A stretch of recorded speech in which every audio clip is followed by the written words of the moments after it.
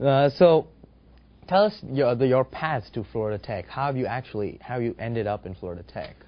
Well, I had a very good job at the university in Heidelberg. Good in the sense that it was a career. My wife was teaching also in a school in Mannheim, which is about 19 kilometers from Heidelberg. We had a 3-year-old. He was learning. We spoke German, and we both all spoke German. It seemed like I would eventually maybe retire back to America. And in 1981, we decided, I hadn't been back in a long time, to take a 6-week let's see America and how it's changed trip. We got an airplane ticket that at the time was a wonderful one, $300. You could fly anywhere you wanted in the States in a 6-week period. Wow. And so we landed in New York, and we went to Washington, and I went to Chicago, and then St. Louis, and then down to the farm, see my folks, and then out west to Grand Canyon, and then up to San Francisco. And I was in San Francisco with a friend who's an artist, and one day she came in and said, "There's a phone call that you got from somebody in Florida." And about 3 years earlier, I'd been in New York at the American Historical Association meeting, and I'd put in what is a general application, young PhD looking for job, will travel kind of thing. Nothing had come of it. Well, Florida Tech apparently had gone into what, I don't think they called them databases at that time, but in 1981 they did go into whatever the list was, and they needed a historian who could teach the general civilization course, but also had a competence in the history of science and technology, and that's one of the fields. So I received a call and was invited for an interview, and it happened that one of the legs of that free-for-all airplane trip was going to take me to Tampa and then to Miami. And I said, well, of course I'll come. And I came, and I fell in love with the place.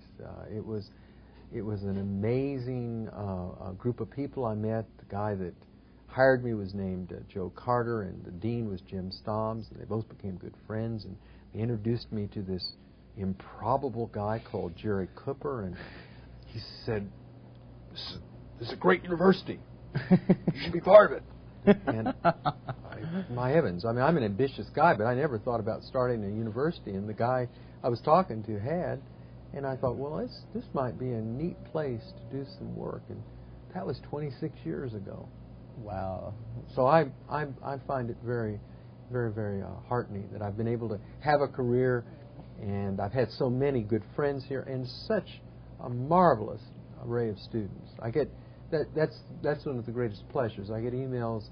There was a young man who sent me an email last week named Alberto Gonzalez, and he came here in 1984 from Puerto Rico. Didn't speak much English, and he went on to get a master's, I think, at Carnegie Mellon, his MBA from Georgia Tech, and I think he's one of the principals now at Florida Power and Light. Wow. And he wrote me this email and said he was talking to his daughter about the history professor. It's very touching that he thinks of me as that. I think he might think of me as the crazy guy on the bicycle. That guy on the bicycle. But Alberto is one of many who I've had the honor and privilege to get to know.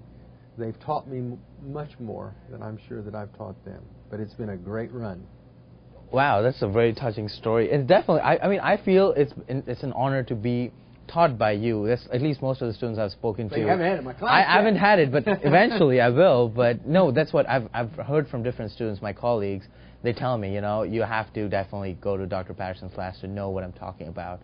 They really, really cherish their class, especially even the parents when you had a lecture for the orientation. Some of the surveys I read, I was just putting the surveys into the computer, and some of the parents said, "I wish I had a class with Dr. Patterson. I feel like coming to this university just to have a class with you." Well, they can. I mean, I'll arrange it. No, I'm heartened that you say that.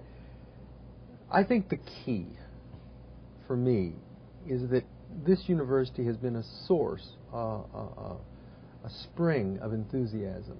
The people that are here have energy.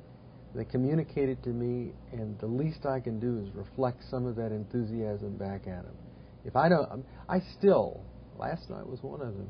I have nights where I have trouble going to sleep because I look forward so much to what's going to happen the next day. Wow. You think about it, 20 people coming into a room to have me talk about Hellenistic astronomy, and I need to make that exciting. I've got to do something with that that'll make it, not some kind of dull as dust exercise. Yeah. And if I can do that, then maybe I've earned a little bit of merit, and maybe they'll come back next time.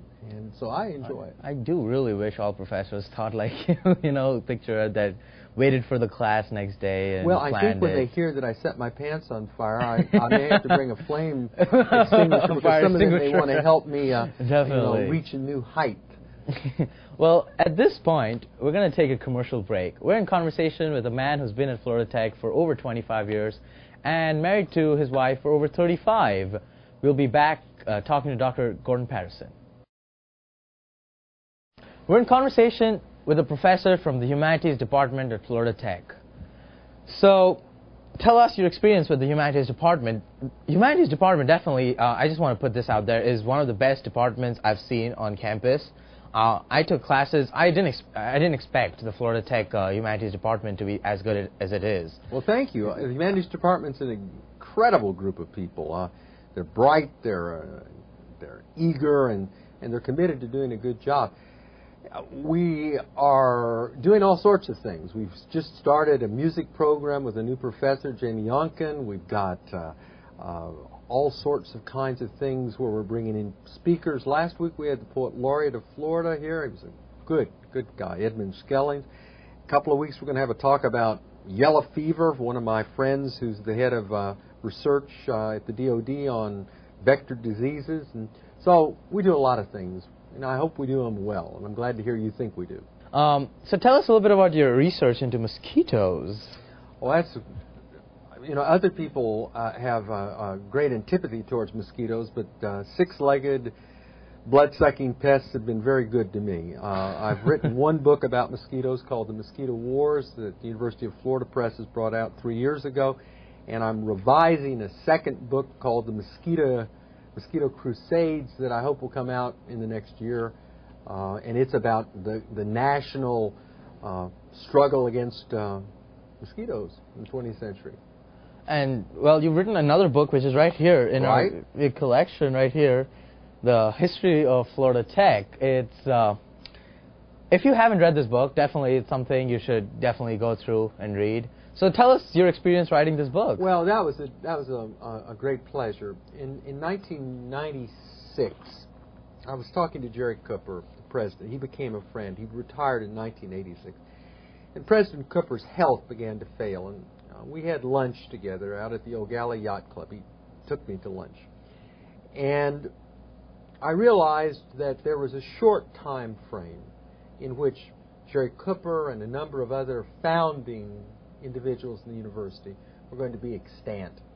And so I started interviewing them and looking through photos with them and decided to put that little book together for a kind of way to spark an interest in the university as we began the decade leading up to our 50th anniversary, which is next year. Yeah, I mean, there's great pictures of classrooms, of the different buildings, actually the Florida Tech lot before it was actually constructed upon. That's right.